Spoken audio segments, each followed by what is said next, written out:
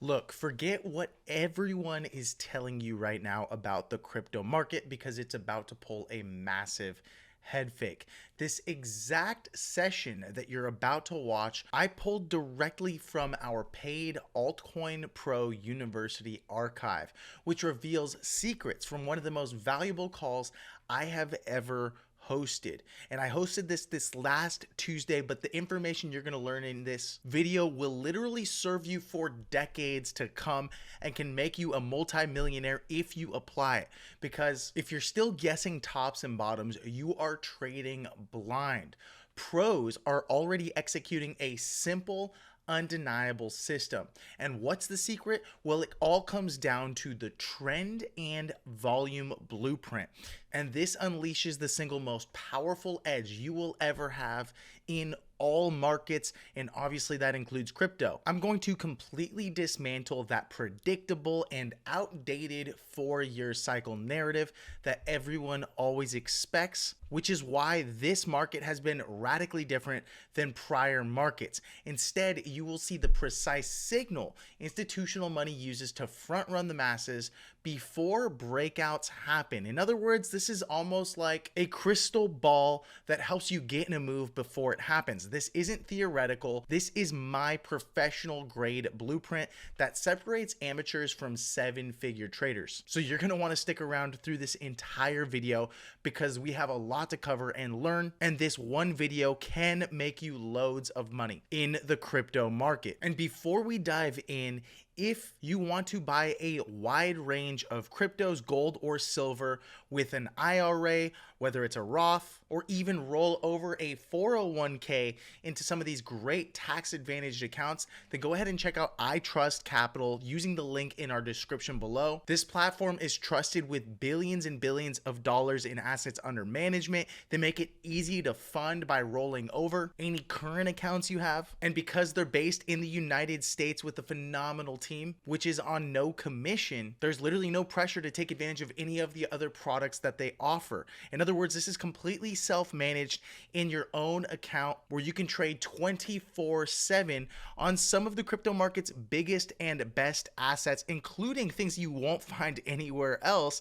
But not only do they have the majors, they also have things like Hyperliquid, XLM, HBAR, World Liberty Financial, meme coins like Pepe, major infrastructure tokens, AI tokens, real world asset tokens, and the list is always growing. So go ahead and check out iTrust Capital using that link in the description below. And as always, my friend, if you're feeling blessed and bullish, comment 777.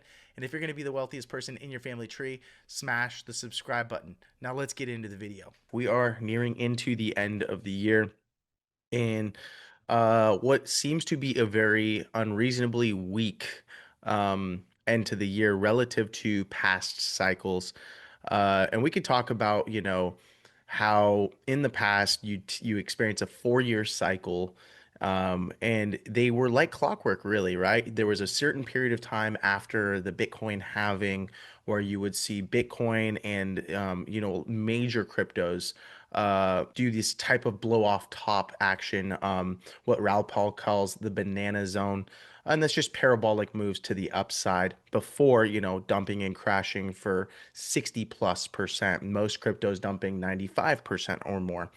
And that's because the majority of cryptos don't have actual tokenomics or economics around their token that are tied directly to the value of the token. And so this is something that, if you're watching this replay or you're newer, or maybe this is the first time you've heard about this, the majority of tokens, the only reason they are launched by any one of these companies is to raise capital, and then they try to find some creative ways to tie those in to their ecosystem in order to create a bit of FOMO, right? People look at it and say, look, this is the ecosystem token. This is their governance token. Now, when I buy this token, I own a piece of that company, but that's never actually been true. I would say probably the majority of the time. And so in this case, and then back in the day, right, people really didn't know better. You had a lot of, excitement. The space was new. But if you could have kind of like a coin market cap, and we'll just scroll, you know what, because a lot of these cryptos are now kind of more established. Let's go ahead and reject.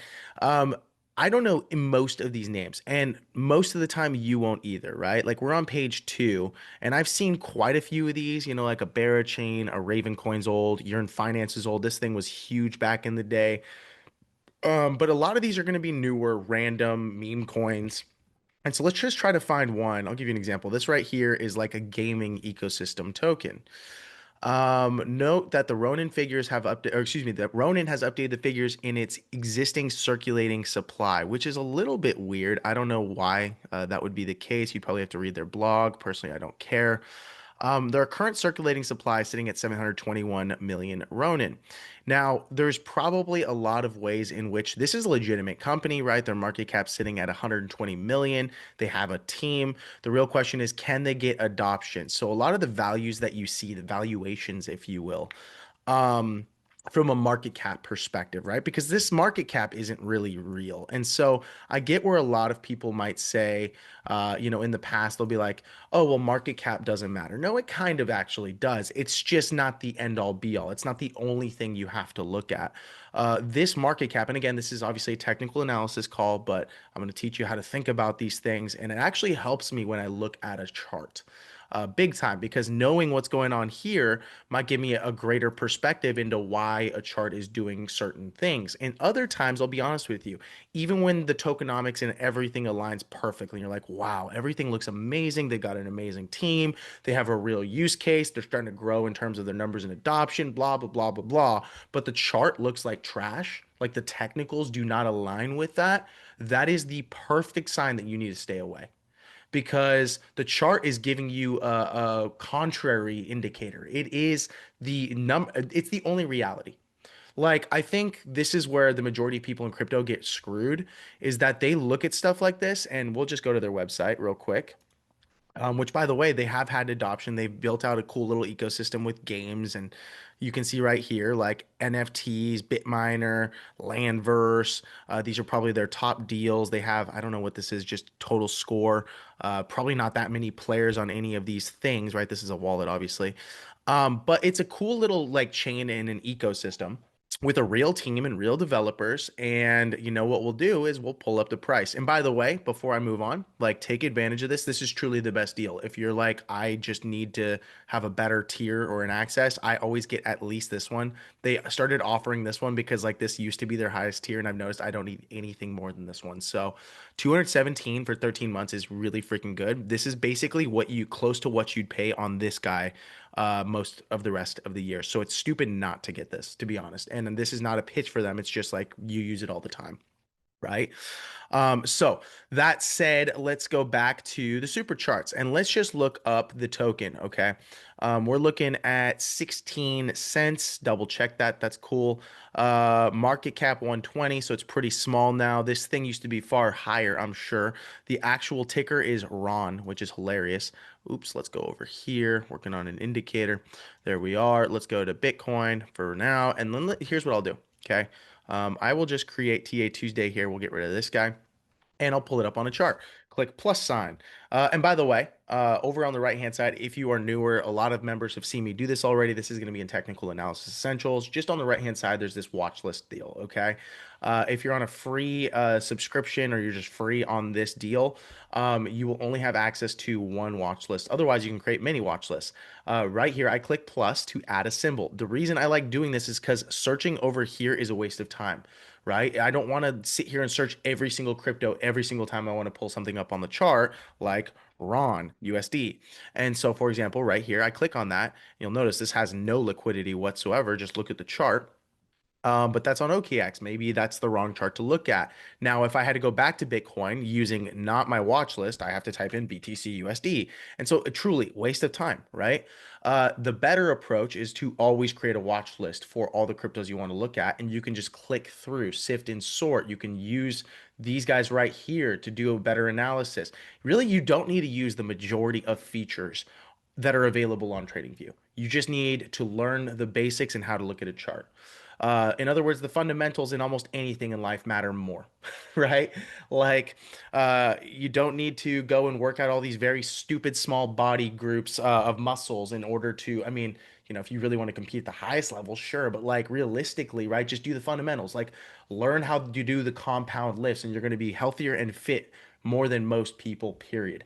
Um, it's the same with TradingView. It's the same with life. Click over here to add symbol. We're going to type in Ron, USD, okay? And this is a USD pair. I'm willing to bet the USDT pairs are better. And you'll notice, look, already I'm seeing Ron. This is the proper one, but Romanian Leu, like we're not using that. That's going to be Forex.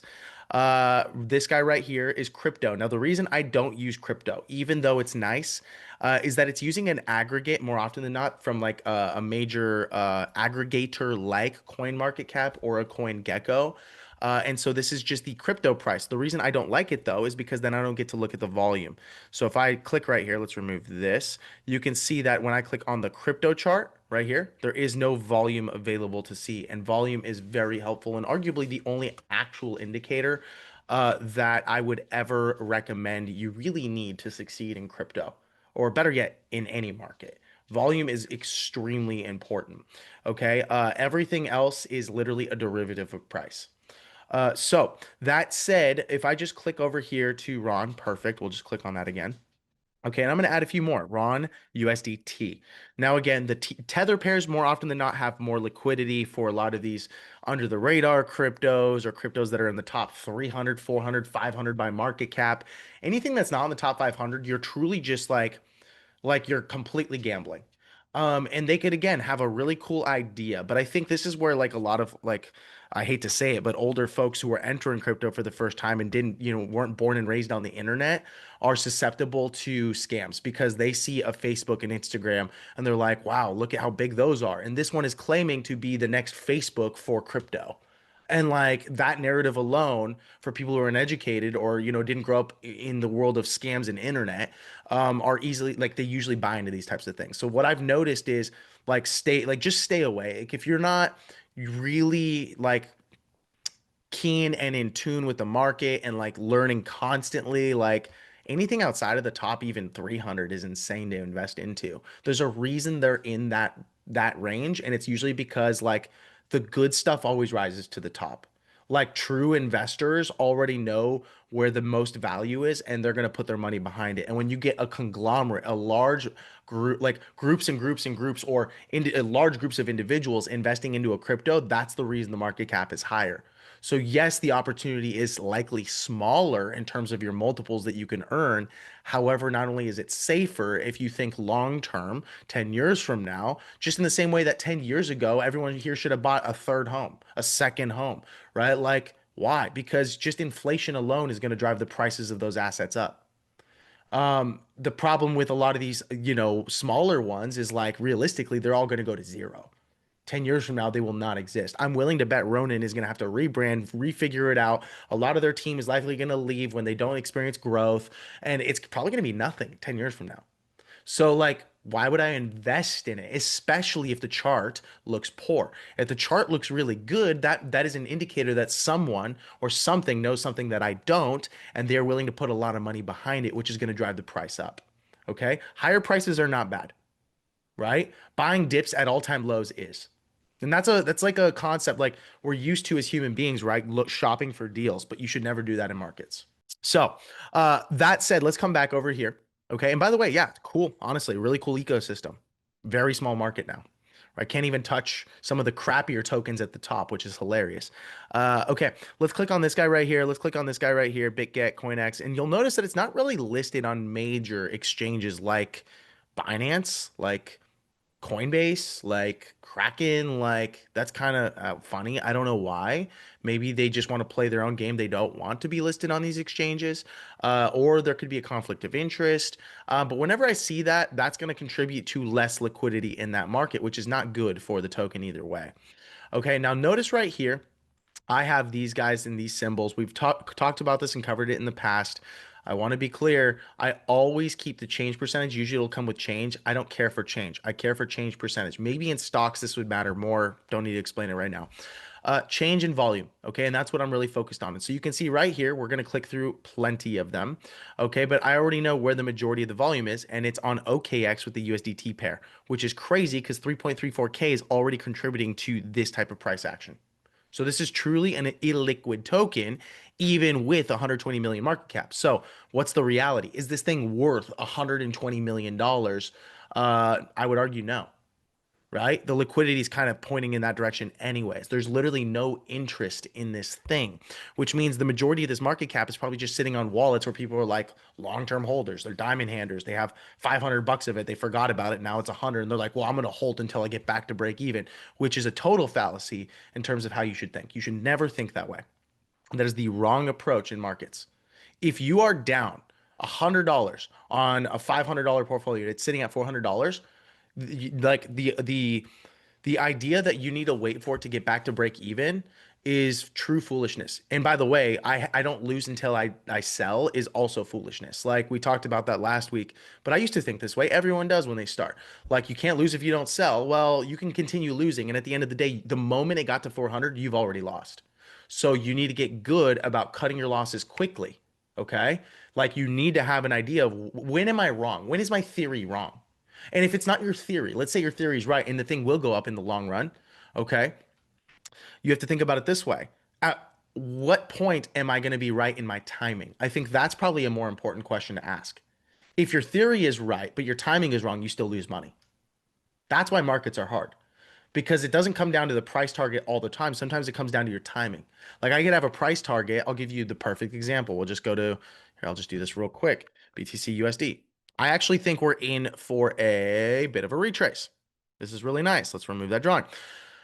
When I about a week ago, 2 weeks ago, right? I was like, I think Bitcoin's ready to rally a little bit harder, like or not rally a little harder, excuse me, rally to the upside a bit. Like we're gonna see some sort of a retrace, probably back up to like 100K, right? Maybe 106 on the high end. Okay, and if beyond that, okay, perfect. I'm gonna try to flip and see how where was I wrong? How can I reapproach the market? Do I need to be long now? Do I need to be a bull again? Right? So it's one of these things where the market actually dumped even harder than I expected. Okay, rallied, dumped again. But you'll notice now, what are we starting to do here? We're starting to put in potentially a new uptrend. Okay, for a lower low or the lowest low, a new higher low, and now we're seeing resistance back at the $91,000 level. But this guy right here gives me confidence that if we see some volume to the upside, which interesting, starting to see an expansion of volume to the upside into that same prior range right here, possible that we break to the upside. So in other words, my theory was right. We're likely going to see a retrace. My timing was wrong. I was expecting it a week ago, but it didn't happen that week. So sometimes you got to play these ranges, but still manage for risk. Why? Because if I don't sell on a breakdown or have a stop loss somewhere in this range here and it continued breaking down, I get really screwed. A lot of people, the problem is when they sell into this range and then it immediately rallies back up here, they feel a whole flurry of emotion. See, I shouldn't have sold to begin with. And that mentality is always going to wreck you. In the long run, it will always wreck you because there's going to be a token that dumps to zero or that dumps 60%. And it's very hard to come back from 60% losses multiple times, right? So, like, you have to think about it that way. Like, it's okay to sell and watch the market come back in your direction and get back in. That's totally fine. You don't need a ton of equity. What you need to do is lose small and win big. Okay. So timing is actually extremely important. And then managing your risk for those timings, right? Or for the timing. So, yeah, that said, let's come back here and just look at this token. No liquidity. Let's see the next one. Better liquidity, which is interesting with only 300 shares. So I don't know what's going on here on the RON USD pair, but I would not use that one at all. Okay, we're gonna look at this one real quick here. You know what? I'm gonna go and zoom out to like a 3-day time frame. That's better, right? Okay, here, more time, perfect. And then here, we got a lot of time. Okay, perfect. They're all about 116 cents. Perfect. I'll just use the last one. Don't really care. And so now I'm just going to use this chart and pair. And you'll notice here, okay, I bet you money there's people that are bag holding this thing and they'll hold it to the ground because they're like, I'll wait for a break even. You know what? Over the last, since with breakdown right here, look at this textbook right here on October 10th. They've probably been sitting on this bag waiting to make money. It's been 54 days. And from the breakdown, think about it this way. You really have to think this is most tokens, even with a good team and ecosystem. This is like actually kind of cool ecosystem. Don't recommend it, by the way, because the chart's telling me something different. So if you're going to mess around in the ecosystem, don't buy the token because it's obvious that the token, the value of the ecosystem that they are building, this does not correlate to the token. Because if it did, the price would be higher. But the price is massively down. So if anything, when this thing comes back up to 32 cents, 40 some cents, I'd be selling the crap out of it. If I could short this on an exchange, I would. These are actually where you can make a lot of money to the downside. This thing is down 90% from that all-time high back in March of 2024. Think about that for a second. That's crazy. Okay? 90% down. Look at this. Just because the token's 90% down does not mean it can't dump another 60%. And so it's like perspective, right? Like it's actually down 96% and we're not even into the most brutal part of a bear market. This thing will be down 99%. I mean, like I would bet on that. So I don't care about the fundamentals. I've never cared about the fundamentals. I care about the price. The price is the reality. Everything else is a derivative. Everything else can give you an indicator, but it should always hold less weight in how you approach it. If I see this type of an ecosystem and all I see is this type of price action, better yet, here, look at this. Something was happening on the token here, right? Consistent expansion and growth. Even into this range right here, you would have noticed something's going on here. We're above average in volume, and then boom, right here. This guy right here should have been an indicator. Someone's buying it. I don't know who, I don't know why, I don't care. But that's nice. And a break for a new range. And a lot of this can happen from a market maker, lower liquidity. There are no sellers, right? There's a lot of variables, but it's actually pretty straightforward and simple when you look at it. Then look at this guy. This is interesting, right? This is why I like looking at volume and understanding how volume works. Do you see this right here? About 290K of volume. Okay, so it didn't require much money for this thing to move, which means it's truly illiquid relative to a lot of cryptos.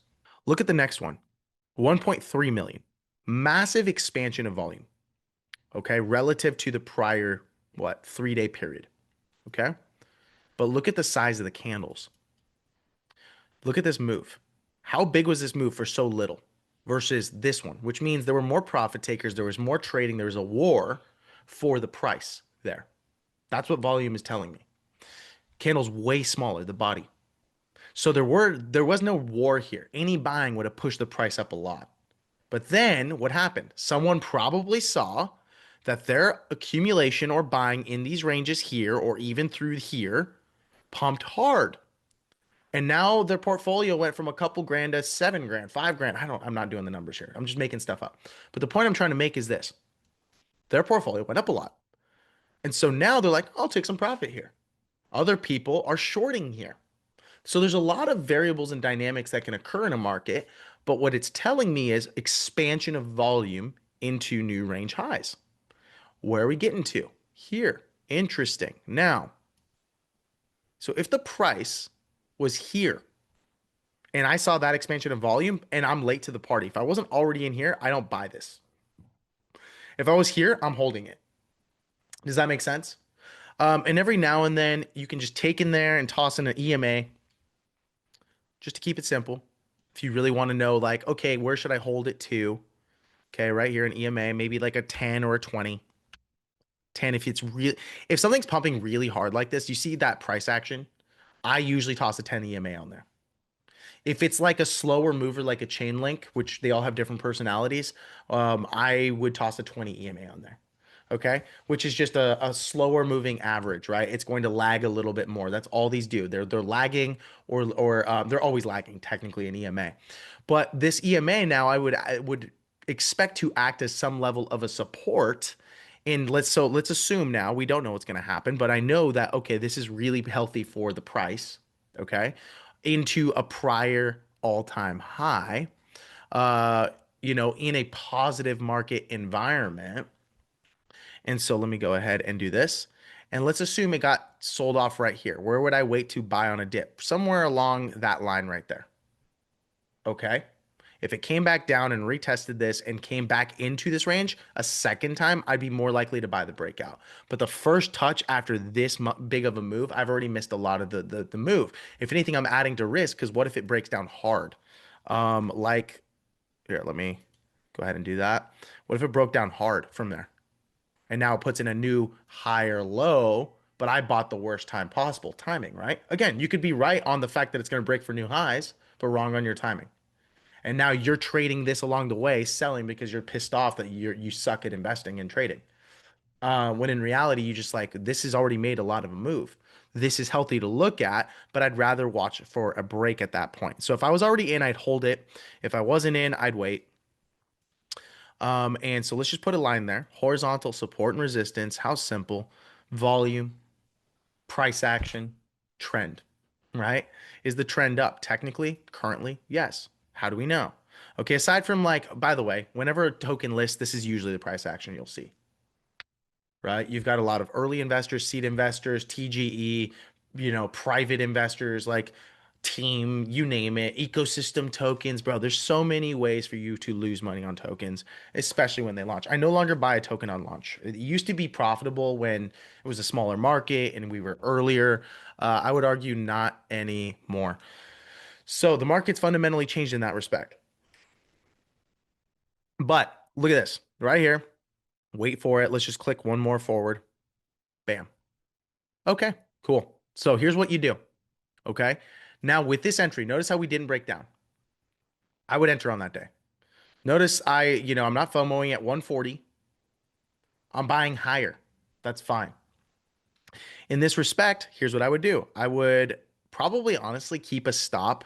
In this case, I wouldn't be a big trader on this one, looking at the liquidity, the size of the market, you name it. But in this case, right, let's just do this. Let's take a price range tool. Let's say you entered right here on this day. Look at where your stop loss would have to be. A 30% loss, potentially, even with the EMA moving forward. So let's assume the EMA moves forward a little bit and looks more like this, right? That's probably going to be the trend. It's kind of weird how it draws, but um, this would probably be the trend right here. And so even if I wanted to keep my stop loss below that EMA, and this is where people get wrecked all the time, guys. They just don't have like proper risk management in place. Let's assume I'm like, okay, well, if it breaks below the EMA and arguably below this low, so I really want to be safe, I'd be below the low of this guy right here. But if not, I'm like, okay, because we're breaking back down into the range, and just to be safe, it could rebound at that 10 EMA, 25% loss. So, can you afford a 25% loss on your whole portfolio? Can you afford a 25% loss on 50% of your portfolio? Can you afford a 25% loss on maybe 10 to 15% of your portfolio? Sure. Right. But if your portfolio is massive, like with the liquidity in this, I wouldn't be trading all that. So I would focus more on like the size of your portfolio and saying, okay, 25% loss would be my loss if I'm wrong on this entry. And realistically, I'd probably do 10% max, right? And that way it's like, what's 25% of 10%?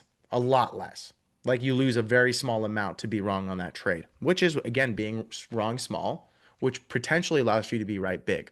So let's remove that drawing there. And let's just see what happens. Great. Let's keep going. Those are multiple days, by the way, because I'm on a 3-day time frame. So I'm playing it a little faster than normal. Play it again. Notice this. Interesting. EMA is moving forward. We're holding above the range. We're not breaking down below prior highs. This is actually a good time to maybe say, okay, you know what? Things are acting right. The market's giving me a signal. It's acting right. Every now and then I will add to a position there or wait for a 10 EMA touch, something like that. Okay, just play it again. Keep going. Good. Notice price action, volume expansion into the range. We're holding above it. Now, here's what's extremely cool.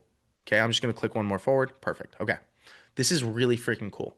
Do you notice these wicks consistently are getting smaller, but almost every single time. So right now we don't have buyers above really realistically 174 on a close for a 3-day time frame. But look at this. Where's this low? It doesn't even come below our breakout.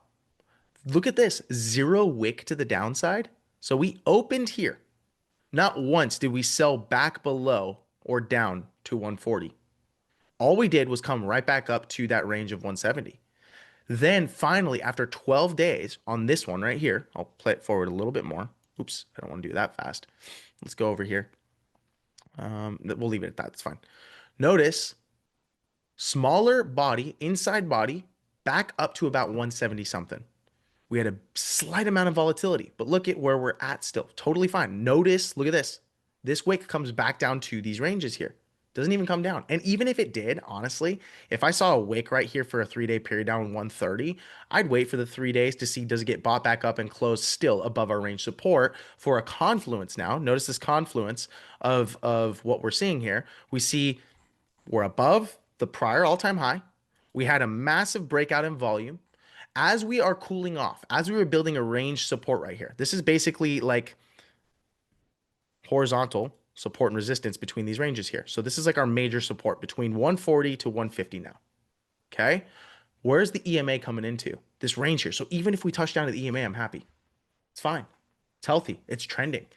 Volume is now declining into, so what after expansions, what precedes an expansion? Contraction. What comes after an expansion? Contraction, right? Natural ebbs and flows of the market. So look at this contraction in volume as we are continuing to build range support. This is actually very healthy. And I'm willing to bet when we break out, which I didn't even look at the chart, willing to bet we see an expansion in volume again. And it can be smaller than here. It doesn't matter. It doesn't need to be as big as this. And this is what I've learned over the years. I don't need to see more volume come in, although that's really nice. What I need to see is just another expansion of volume, even if our bars, our volume bars, aren't as big as they are here. Why? Because this simply means that there's less activity into these higher ranges. So it would require less. Imagine this. There's situations and environments where bears might enter and try to sell here. But if the bears lose and give up, right, and there are no more bears or far fewer sellers than there are buyers, it actually doesn't require as much volume to push for new highs. Think about that. Less volume, still new all-time highs, which is totally fine and healthy. So I don't need greater volume at all-time highs. I just need to see the small ebbs and flows. Do we see expansions into breakouts? Do we see contractions into range supports or retraces? If I see a contraction into a retrace, and we could assume it looked like something like this, like let's assume it came back down and then kind of played in here.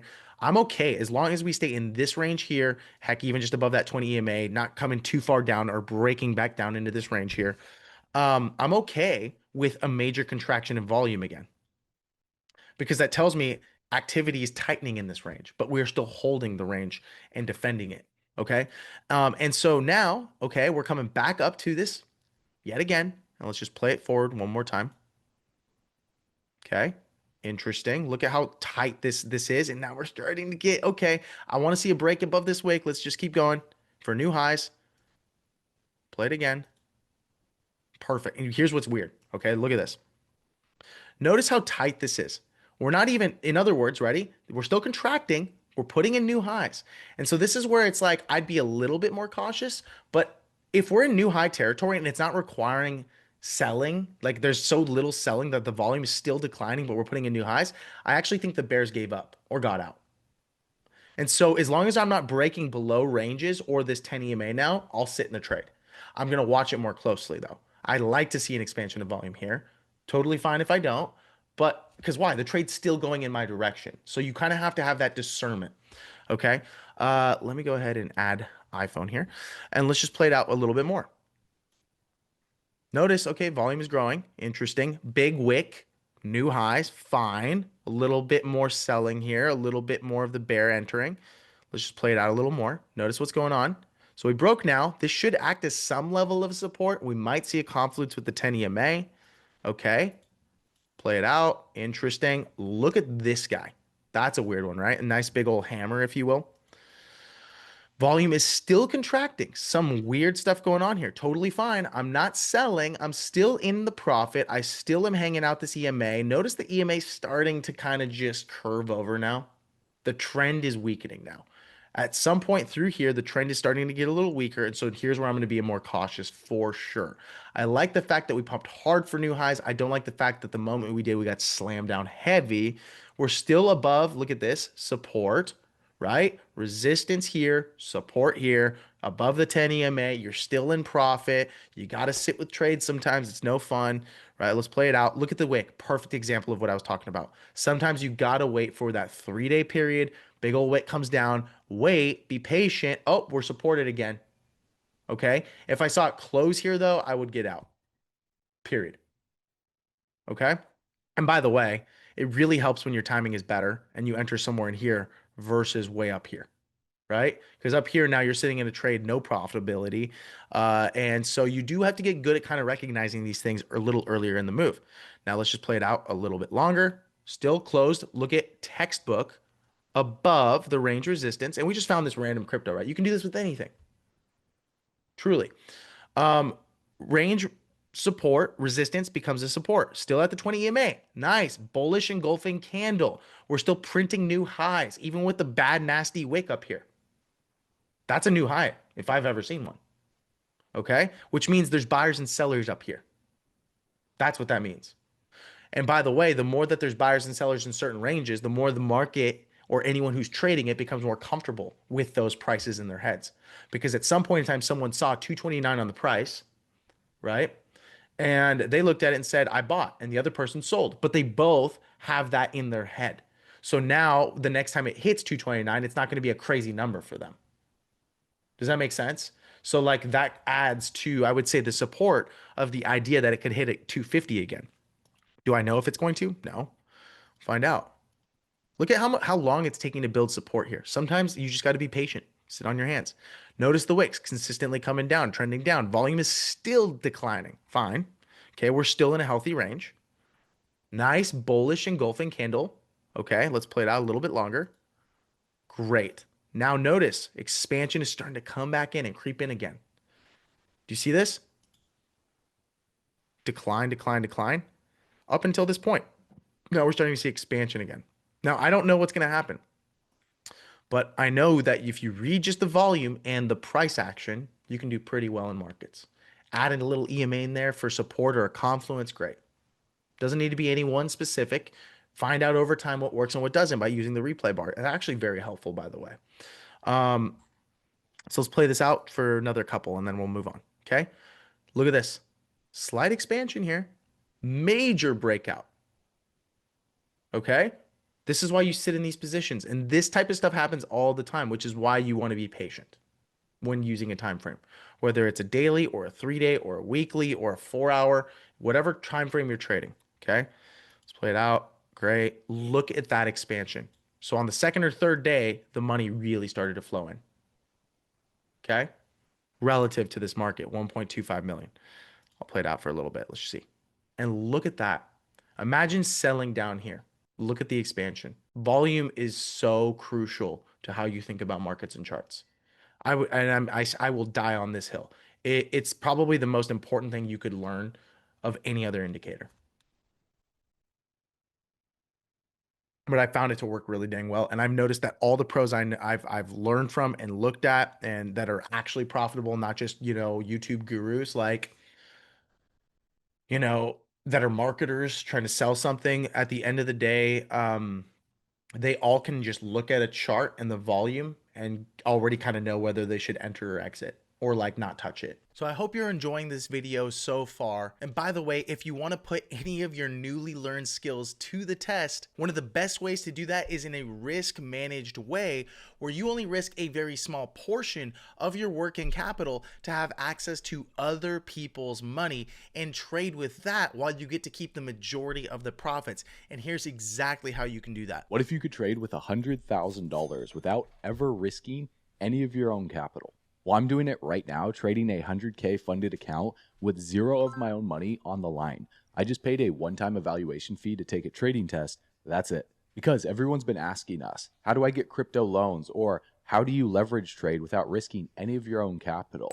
Well, that's exactly why we're leveraging Breakout, which is a crypto prop trading firm recently acquired by Kraken with over 10 million clients, 2.5 million funded accounts, and over $1.5 billion in revenue in 2024 alone. They will fund you up to $200,000 after passing one simple trading test. And you get to keep up to 90% of the profit, and you can withdraw in USDC 24/7 after passing the trading test through the link in the description of this video. Now, here's the problem that I've seen most people face. Let's say you're trading with $10,000 of your own money. That's your rent, that's your groceries, that's an emergency fund. And one bad trade or black swan event and poof, your account is completely blown. Rent's late, savings is wiped, and your family is stressed out. So you're not trading to win. Trading your own money is trading for survival, whereas trading with 100K of risk-free capital is freedom. In fact, if you only have $10,000, you should never be trading with all of that. Instead, if you took just 10%, which is $1,000, and you buy the 100K or the 200K breakout test, and you pass the test, well, you're going to be trading with six figures without depositing or risking any of your own money. This is what I'm doing right now. And if you fail the test, you only lose $1,000 instead of your $10,000, because you shouldn't even be trading with $10,000 of your own money in the first place if you can't pass a simple $1,000 trading test. And the best part is there's no limit on retries. So that $1,000 can give you 10 shots at a 100K account if you fail the first few. That's 10x better risk management. And that's how you prove you actually know what you're doing.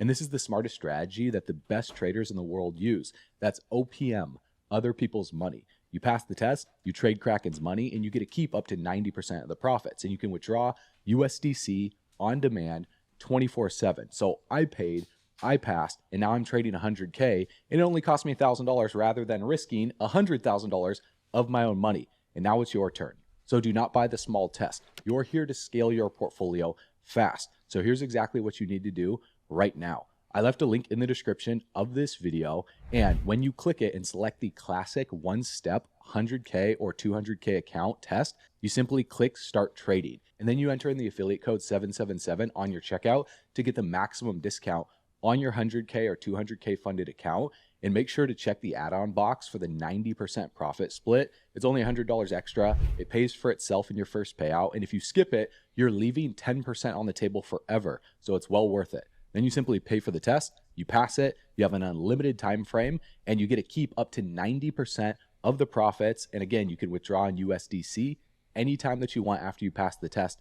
That's it. Now, we do earn a small commission when you use our code 777, but it supports value-based videos like this, and it'll help you get the maximum discount on your 100K or 200K funded account test. So click the link in the description right now, take the test, and let's get you funded. So let's play a different chart. So now we have that right. We'll click over to Bitcoin. So I hope you guys learned a few new things here. We'll remove that. And let's just look at, well, now we're replaying, right? Let's exit that replay. And let me answer a question or two if we have them in the meantime. What time is it? 4:48. It took a little while. Totally fine. I think it's valuable. Okay.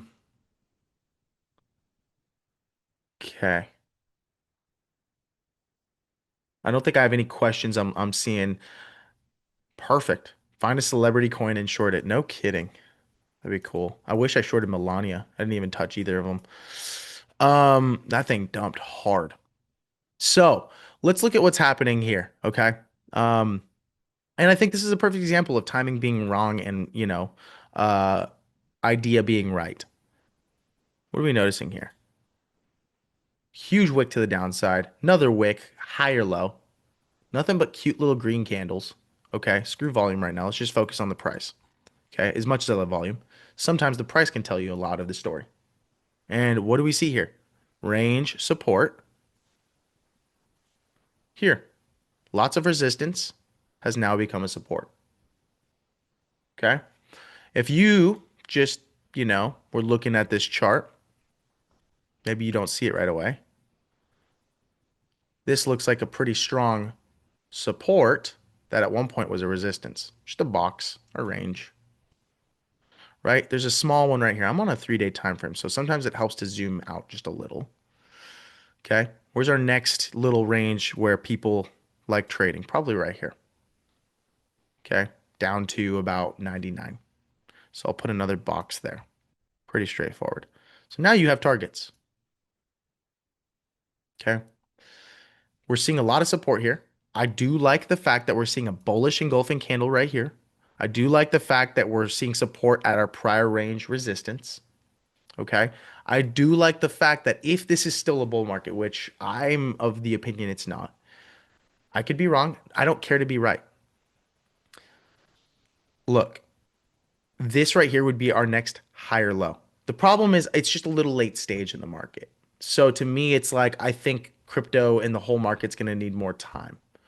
I don't see that many new buyers stepping in aside from if like the vanguards of the world really doubled down and like got everyone in their entire company buying crazy amounts of spot ETFs to the tune of at least 1 to 3%. And like everyone was doing it. But there's still selling that has to be involved. It still takes time.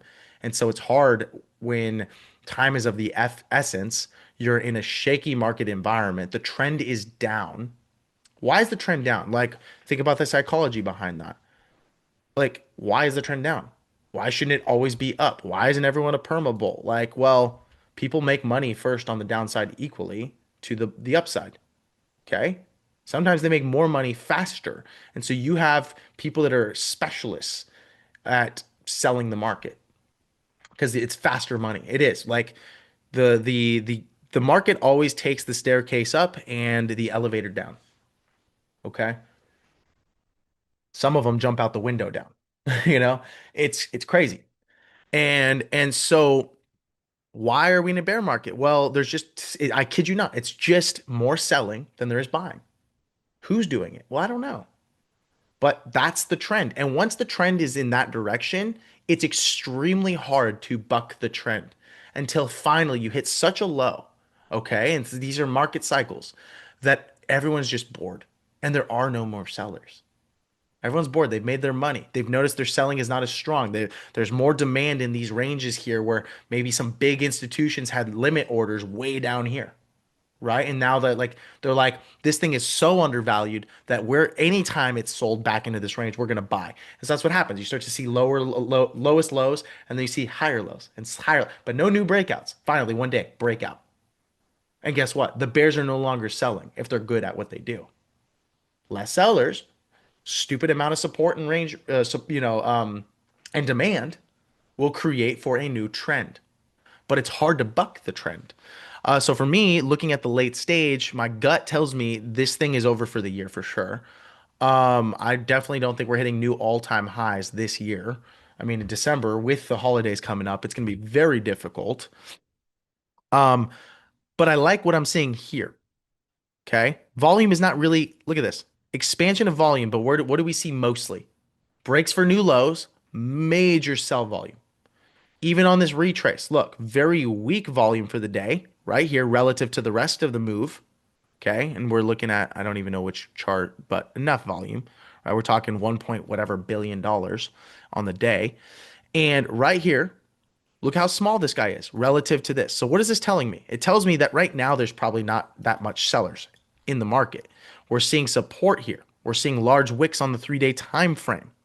Okay, which leads me to believe that we're likely going to continue retracing at least to our next range resistance, which is going to either be $100,000 and on the higher end, like 106 to like 109. But if I see the price slammed back down the moment it gets into this range or this range, this would tell me great retrace.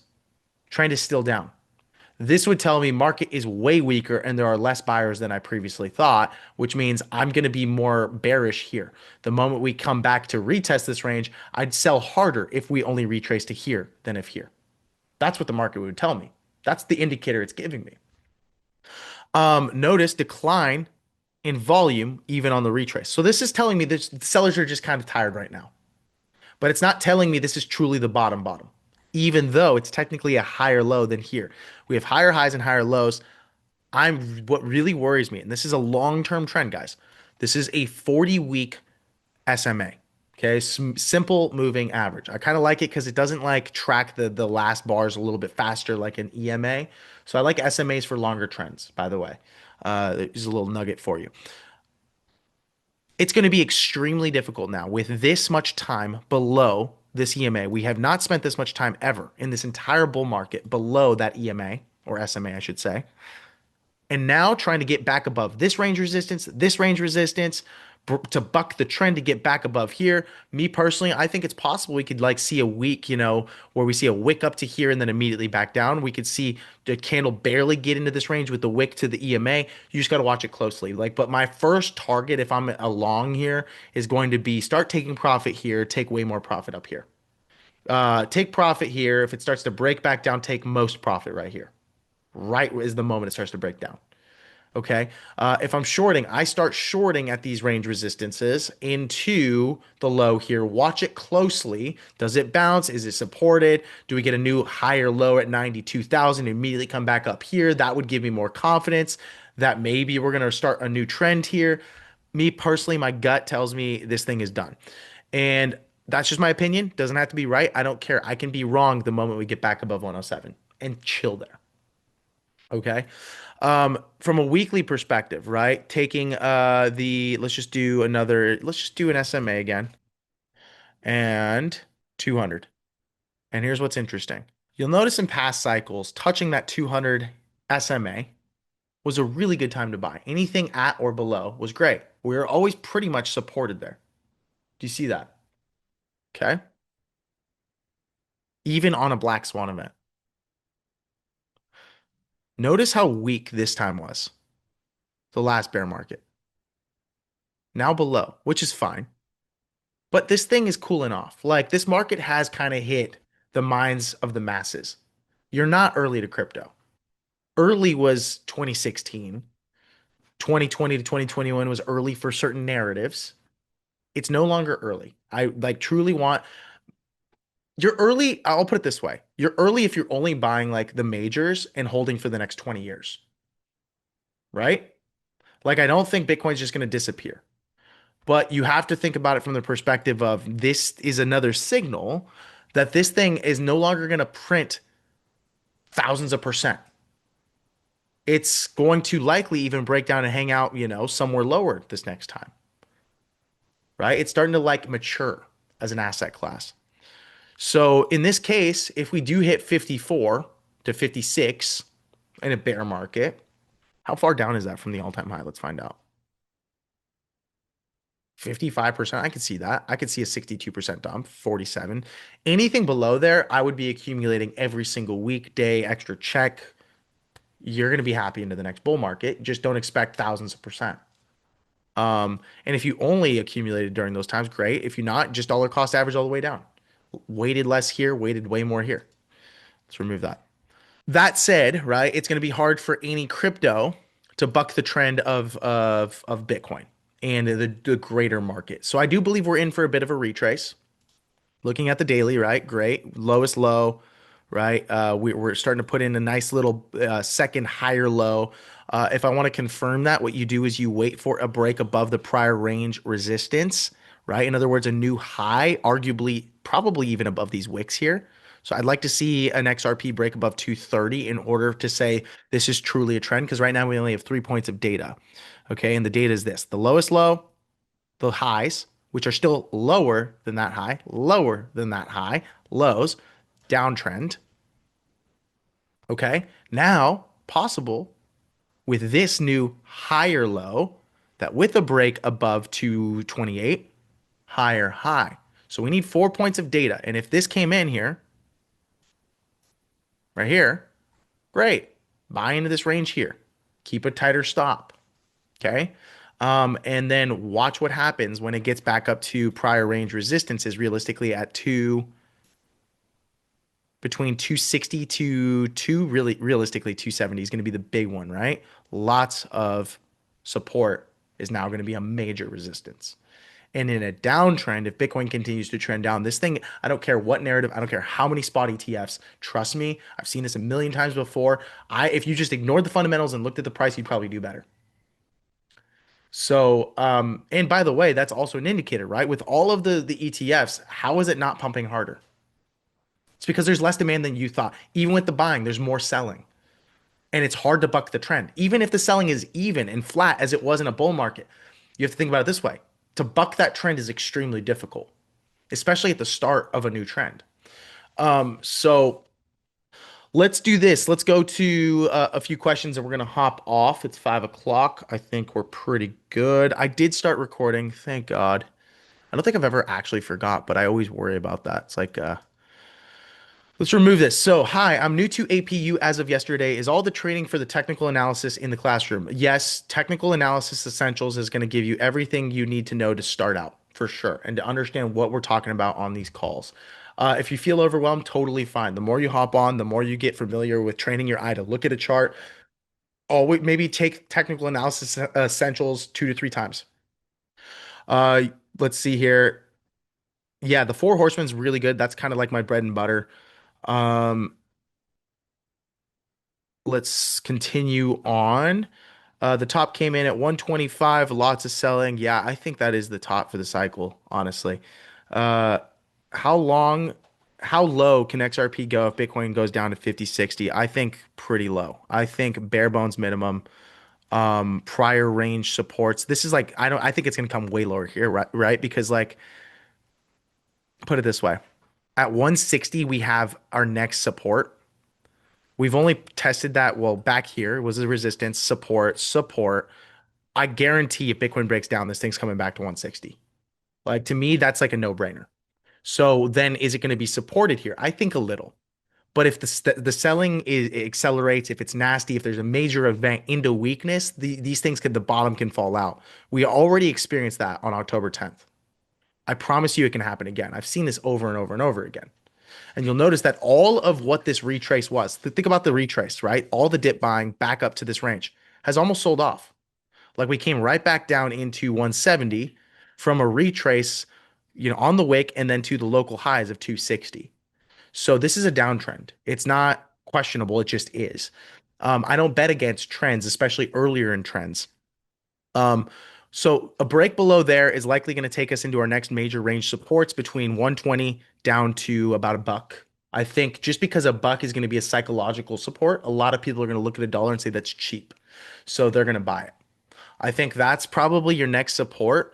But into the depths of a bear market, I could see 70 cents down to like 66 cents. This is going to be a stupid, crazy support.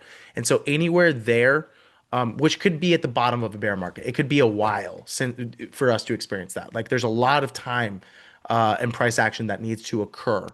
I would be a buyer of XRP at those ranges and um like at least from an investment side into the next bull run. But look at that. That's an 80% dump. And you have to remember like all cryptos are very volatile and they can dump really hard. Let's look at past cycles, right? From that high down to the lowest low, 96%. From the 2021, even in the throes of a lawsuit into major bullish strength, right? Failed to break for new highs, right? Still down 85%. Okay. How is it not possible with now? This is really healthy. I like that it spent so much time here because we have a lot of support here. Look at this. You know what's sad? I guarantee there's going to be people that bought throughout this range and are going to watch their entire portfolio come back to where they started. The sad part is not necessarily that they're not like at a break even. The sad part is if you started buying back, let's just assume somewhere in the middle here, in April of 2024, which is not that long when you think about it, and you come over to here, maybe mid 2026, bear market is over, whatever. They lost 817 days of time, coming up on 3 years. That's the sad part. There are people that are going to hold that because they believe in narrative. To me, no amount of my actual time is worth that narrative. So, and I think the rest of the crypto market's mostly going to follow what Bitcoin's going to do here. In a bear market, Bitcoin is more of an indicator than in a bull market. In a bull market, you'll find some unreasonable strength and outliers and cryptos that you should be buying because they're stronger. In a bear market, almost everything is always weaker than Bitcoin. And if on the off chance one isn't weaker than Bitcoin, that's a good indicator. There's more demand in buyers. So something's going on. Someone knows something I don't. That crypto is relatively stronger than Bitcoin. Maybe I should buy that or accumulate a little bit. Don't overdo it, just enough, and then watch it closely. Oh, this one's still acting better than Bitcoin. Interesting. Those are the ones you want to be buying for and looking for, or buying and looking for. Yeah, not a fair value gap guy. I don't care about fair value gaps. I'm sure they're valuable for some people. I just look at price and say where are the supports and resistances. Your value gap would likely be no different than if you were to use a VRVP, right? A fair value gap would be this. When you break below major volume ranges, notice that we have this cliff right here, like no volume here. This would be a fair value gap, right? Between 213 down to 150. Like, why? There's no trading activity there. When it moves above it, it pumps right through those ranges. When it moves below, it breaks down right through those ranges. Maybe that's your fair value gap. But I don't use that terminology. There's so many things you could learn in trading, and you don't need to be perfect. You don't even need to learn what a candlestick, the name of a candlestick is, right? Just look for highs, look for lows, look for strength, look for weakness. Um, and then if you really want to get technical, sure, learn every freaking term and chart pattern. I don't care. That doesn't make me more money, right? It's kind of like being in academia. Like, sure, you can know everything about a topic. However, like, unless you're actually working in it, like, you don't know it the same way. You don't know it as intimately as the guy who is. Okay, perfect. Thanks so much for your time, guys. I appreciate you hanging out. Hope you learned something new. And I will see you on the next week's call. Have a good one.